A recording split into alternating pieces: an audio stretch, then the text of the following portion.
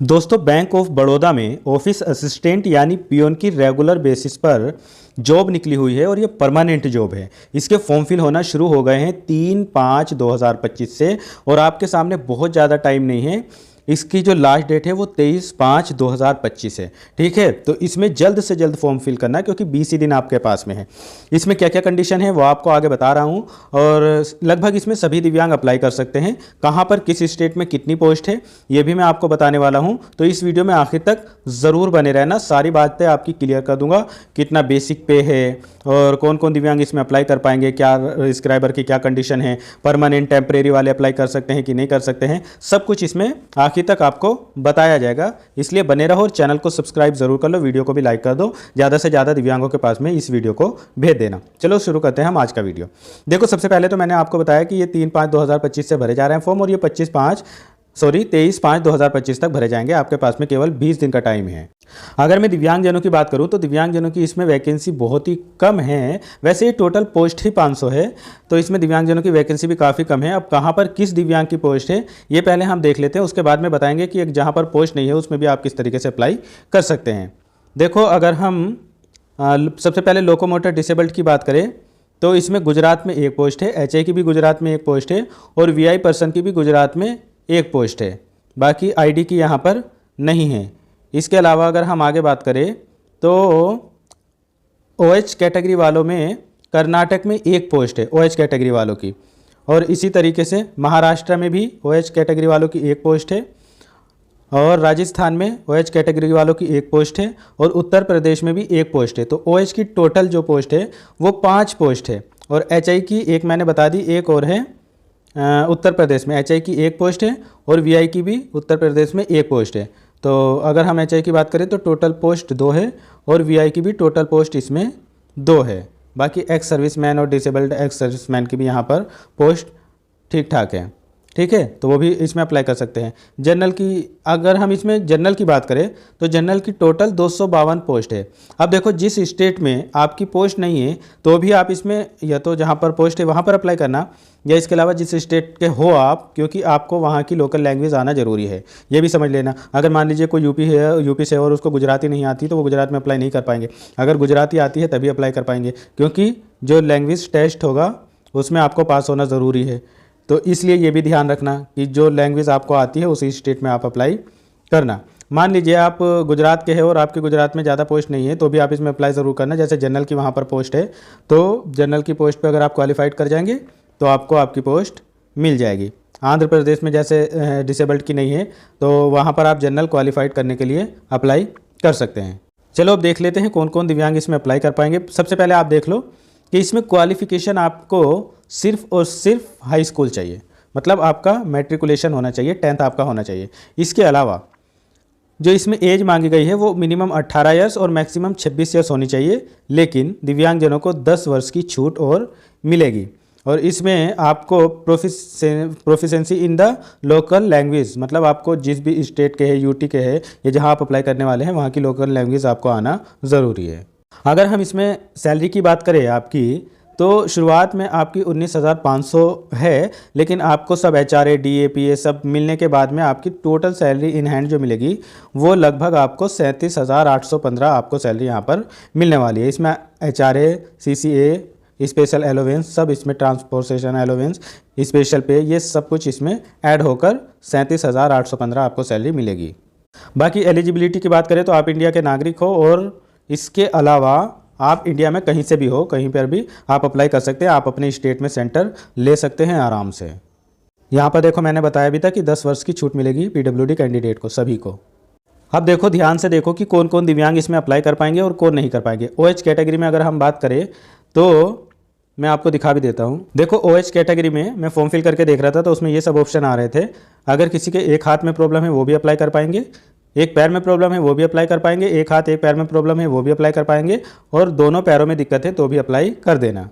इसके अलावा आप लेप्रोसी क्योर्ड हो या सेरेब्रल पाल्सी हो या डाउन सिंड्रोम, मस्कुलर डिस्ट्रोफी वाले हो या एसिड अटैक विक्टिम हो, या इसके अलावा स्पाइनल डिफॉर्मिटी SD वाले हैं या स्पाइनल इंजरी SI वाले हैं, विदाउट जो आपका होता है न्यूरो कंडीशन के अलावा अगर आप है तो आप इसमें अप्लाई कर पाएंगे। और भी कई सारी कैटेगरी है, जैसे ऑटिज्म वाले हैं तो वो भी अप्लाई कर सकते हैं, स्पेशल लर्निंग वाले हैं, या मेंटल इलनेस, मल्टीपल डिसेबिलिटी या इंटेलेक्चुअल डिसेबिलिटी, भले ही पोस्ट नहीं है लेकिन आप जनरल क्वालिफाइड अगर कर जाएंगे तो आपको जॉब मिल जाएगी।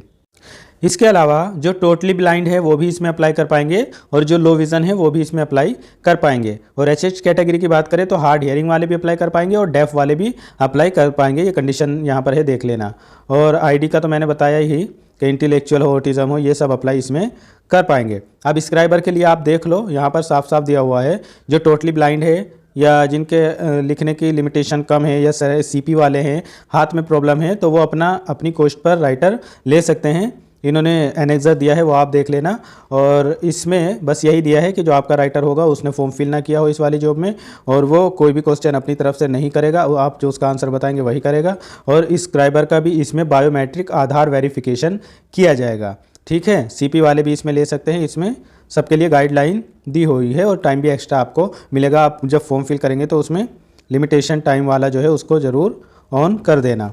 इसके अलावा इसमें किसी भी प्रकार का जो दिव्यांगता से रिलेटेड बेनिफिट है, जो वो वाले हैं टेम्परेरी वाले, तो टेम्परेरी वालों को रिजर्वेशन का कोई भी बेनिफिट इसमें नहीं मिलेगा। ये बात इन्होंने लिखी हुई है नोटिस में।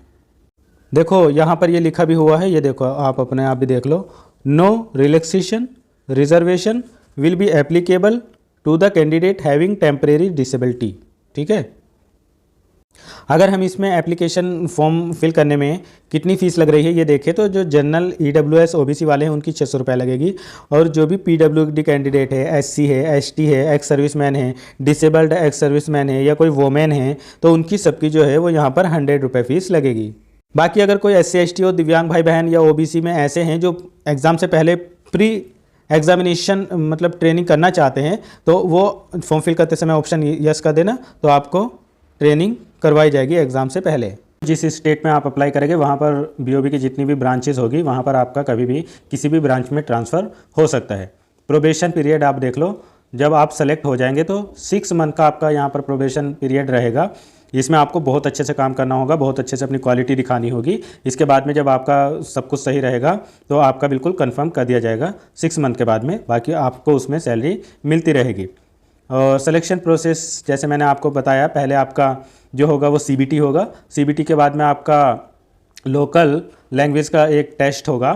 तो जो आपका CBT होगा उसमें इसका ये सिलेबस देख लो, आपसे जनरल लैंग्वेज, पहले जनरल इंग्लिश लैंग्वेज के क्वेश्चन पूछे जाएंगे 25 और 25 ही मार्क्स के हो गए। ये टोटल इंग्लिश तो इंग्लिश में ही रहेगी और 20 मिनट आपको मिलेगी। जनरल अवेयरनेस के 25 क्वेश्चन 25 मार्क्स, ये हिंदी इंग्लिश दोनों में रहेगा, जिसमें भी आप देना चाहे, और इसके लिए भी 20 मिनट आपको मिलेगी। एलिमेंट्री ये मैथ आएगा और इसमें भी 25 क्वेश्चन 25 मार्क्स, ये ऑफिशियल लैंग्वेज में रहेगा, वो जिस भी स्टेट में आप अप्लाई करेंगे उसी के हिसाब से। और फिर आपका साइकोमेट्रिक टेस्ट होगा जिसमें रीजनिंग के क्वेश्चन पूछे जाएंगे। साइकोमेट्रिक मतलब वो आपकी क्षमता को जानेंगे दिमाग की रीजनिंग के बेस पर। तो इसके भी 25 क्वेश्चन 25 मार्क्स और ये 20 मिनट मिलेगी। टोटल 100 क्वेश्चन पूछे जाएंगे, 100 मार्क्स के होंगे और आपको 80 मिनट यहाँ पर दिए जाएंगे। जिन लोगों को राइटर मिलेगा उनको लिए हर घंटे का जो है वो 20 मिनट एक्स्ट्रा दिया जाएगा, ठीक है। बाकी जो आपका लोकल लैंग्वेज टेस्ट होगा वो आप जिस स्टेट में भी अप्लाई करेंगे वहाँ की लैंग्वेज के लिए उसी में आपका टेस्ट होगा, ये क्वालिफाइंग होगा। और एक बात और इसमें ध्यान रखने वाली है कि इसमें निगेटिव मार्किंग रहेगी 0.25 की, ठीक है। बाकी आप सेंटर अपने हिसाब से अपने स्टेट में ले सकते हैं, ये सारे सेंटर यहाँ पर दिए हुए हैं। बाकी जब आपका एग्ज़ाम CBT कंप्लीट हो जाएगा और उसके बाद में फिर आपका ये लोकल लैंग्वेज टेस्ट भी आप क्वालिफाई कर लेंगे, उसके बाद में बस आपकी DV होगी और आपका सिलेक्शन हो जाएगा। बाकी मैं इसका जो लिंक है वो डिस्क्रिप्शन में दे दूंगा अप्लाई करने का, आप उस पर क्लिक करके अप्लाई कर सकते हैं। बहुत इजी है, आपने बैंक के जो भी फॉर्म भरे होंगे उसी के तरीके से ये भी फॉर्म भरा जाएगा। इसमें कुछ ऐसा बताने का है नहीं। तो आप चैनल को सब्सक्राइब ज़रूर कर लो, लाइक कर दो और ज़्यादा से ज़्यादा लोगों तक इसको शेयर कर दो, ठीक है। आप लोग शेयर करेंगे तो मेरे चैनल की रीच बढ़ती है, उससे ज़्यादा से ज़्यादा दिव्यांगों की हेल्प हो पाएगी। चलो मिलते हैं फिर जल्दी ही किसी वीडियो में। Thank you so much.